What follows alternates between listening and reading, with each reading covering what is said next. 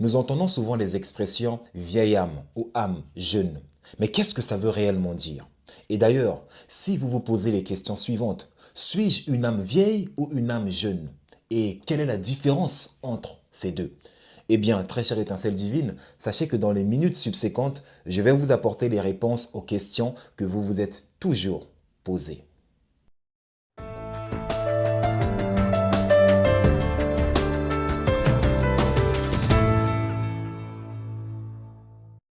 Salut à vous, très chère étincelle divine. J'espère que vous allez merveilleusement bien, tout comme moi, ça ne change pas. Qui plus est, je me sens toujours aussi parfaitement divin. Et d'ailleurs, vous devriez dire la même chose. Celui qui ne sait pas qu'il sait, éveille-le. Voilà le but de ma chaîne Motiveuse Power. Éveillez vos consciences en vous poussant sans cesse à la réflexion afin que chacun puisse tendre vers sa propre sagesse. D'où le slogan sagesse intérieure. Alors, très chère étincelle divine, avant de parler du sujet des âmes, qui est un sujet très intéressant et intriguant, nous allons d'abord commencer par planter le décor. Et j'entends par planter le décor définir ce qu'est une âme. Alors, qu'est-ce qu'une âme? Une âme est par définition l'énergie vitale sans laquelle vous et moi serions déclarés morts. Et contrairement aux idées reçues, l'âme n'est pas le contenu du corps. C'est tout le contraire. L'âme est le contenant du corps. En d'autres termes, c'est l'âme qui porte, transporte le corps. L'âme se trouve dans, à travers et tout autour du corps. L'âme est aussi par définition Dieu en miniature, ou du moins une portion de Dieu, une étincelle divine. Vous et moi sommes des étincelles divines. Et maintenant que c'est dit, entrons dans le vif du sujet. Alors, c'est quoi les termes vieille âme ou âme jeune? À première vue, lorsqu'on entend les termes vieille ou jeune âme, cela peut sous-entendre qu'il s'agit de l'âge ou de l'expérience. Autrement dit, on va avoir tendance à penser que lorsqu'on dit une vieille âme, cela signifie que cette âme est plus âgée et donc par ricochet plus expérimentée qu'une âme jeune. Mais en réalité, cela n'a rien à voir avec tout ça. Les mots vieille et jeune n'ont rien à voir avec l'âge ou l'expérience. Il ne s'agit pas non plus de catégories du genre les meilleures ou les moins bonnes. Non. Il s'agit tout simplement de deux cycles d'évolution différents. En des termes simples, je dirais, il s'agit de niveaux de conscience. Et là, je m'apprête à vous l'expliquer un peu plus en profondeur. J'aurai vraiment besoin de toute votre attention. Accrochez-vous parce que ça risque de devenir un peu compliqué. Dans le contingent originel, aucune âme n'est plus vieille qu'une autre. Aucune âme n'a existé, entre guillemets, avant l'autre. Toutes les âmes ont existé au même moment. Car, en réalité, il n'existe qu'une seule âme, ce que nous appelons l'âme unique, l'âme universelle. Et cette âme universelle que vous pourriez appeler Dieu, la vie, l'univers, peu importe comment est-ce que vous l'appelez, s'est fragmentée, portionnée en un nombre infini d'elle-même. Et le but, c'était de permettre à chaque fragment, à chaque portion d'elle-même, de faire l'expérience individuelle d'elle-même. Autrement dit, vous et moi, étant donné que nous sommes des étincelles divines et des portions de Dieu, notre but est de nous connaître de façon expérientielle d'un point de vue individuel. Et malgré notre multitude sur cette terre, sachez que nous ne formons qu'un. Nous sommes une seule et même âme. Parce que nous sommes composés de la même étoffe. Nous sommes un. Nous sommes Dieu. Comme je ne cesse de vous le répéter, nous sommes des êtres en quête perpétuelle d'évolution. Nous sommes ici pour évoluer, pour croître.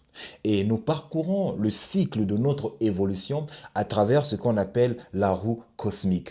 Et le but est d'atteindre ce qu'on appelle l'ultime conscience, en s'unissant avec l'ultime réalité, que vous pourriez appeler l'amour inconditionnel, Dieu ou encore tout ce qui est. Et lorsqu'une âme atteint cette ultime conscience, lorsqu'elle s'est unie avec l'ultime réalité et qu'elle désire à nouveau retourner sur la roue cosmique, elle a le choix, c'est-à-dire elle a le libre arbitre de choisir si elle veut retourner à la roue cosmique en tant que âme vieille ou en tant qu'âme jeune. Car, en effet, si l'expérience appelée vieille n'existait pas, aucune ne pourrait faire l'expérience appelée jeune. Est-ce que vous me comprenez? Alors, permettez-moi de vous donner un exemple simple. Si nous faisions tous 2,10 m, nous n'aurions même pas la conscience de ce qu'est être grand de taille, parce que nous faisions tous 2,10 m. Vous voyez? Et étant donné que notre processus d'évolution se déroule dans cette dimension spatio-temporelle, dans notre univers, où les choses ou les relations rudimentaires de la vie sont des dyades, c'est-à-dire chaud, froid, haut, bas, gauche, droite, lumière, obscurité, eh bien, cet univers est régi par des lois, ça vous le savez. Et l'une de ces lois est la loi de relativité, c'est-à-dire un système au sein duquel une chose ne peut exister sans son contraire. Donc en allant au bout de cette logique, vous comprenez que pour qu'une âme appelée vieille se connaisse de façon expérientielle en tant qu'âme vieille, elle a besoin de faire cette expérience dans l'espace de ce qu'elle n'est pas. C'est grâce aux âmes appelées jeunes que cette âme appelée vieille pourra faire l'expérience d'elle-même. C'est ainsi que certaines âmes se sont portées volontaires pour être appelées vieilles et d'autres jeunes, afin que l'âme unique, l'âme universelle, qui est tout ce qui est, se connaisse de façon intégrale. Et maintenant, voyons les grandes différences entre ces deux âmes. Commençons par les caractéristiques des âmes jeunes. Les âmes jeunes voient la vie comme un terrain d'aventure. Elles sont très actives, très motivées par la réussite, l'exploration et l'expérimentation. Voici donc quelques-uns de leurs traits typiques. Les jeunes âmes ont une grande énergie. Elles ont envie de toucher à tout. Elles ont envie de tester plein de choses. Elles ont une vision directe de la vie, c'est-à-dire ce qu'on voit, ce qu'on fait et ce qu'on obtient. Elles ont un optimisme spontané, parfois naïf. Elles recherchent la réussite matérielle, c'est-à-dire elles vont avoir une certaine appétence pour la carrière, le statut, la reconnaissance. Au-delà de ça, il faut comprendre que les âmes jeunes ont un nid social important, c'est-à-dire qu'elles veulent être entourées, validées. En résumé, les jeunes âmes apprennent à exister et à agir dans le monde.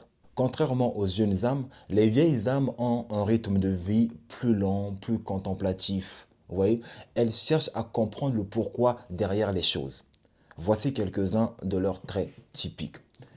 Les vieilles âmes ont une sensibilité élevée, une intuition très présente. Elles ont besoin de solitude et de calme. Elles sont attirées par l'art, la philosophie et la spiritualité.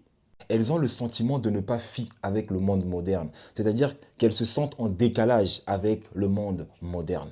Elles ont une empathie profonde qui parfois peut être épuisante. En résumé, les vieilles âmes cherchent à comprendre et à ressentir, tandis que les jeunes âmes apprennent à exister et à agir dans le monde. Une âme jeune cherche à expérimenter la vie, tandis qu'une vieille âme cherche à comprendre la vie. L'une explore tandis que l'autre contemple. L'une se demande comment faire, tandis que l'autre se demande pourquoi faire. Ce sont là deux étapes complémentaires, comme deux chapitres dans le même livre. Comme je vous l'ai dit au début, quand on parle de vieilles et jeunes âmes, ce n'est pas une question de catégorie de moins bonne ou meilleure, mais plutôt de deux cycles d'évolution différents.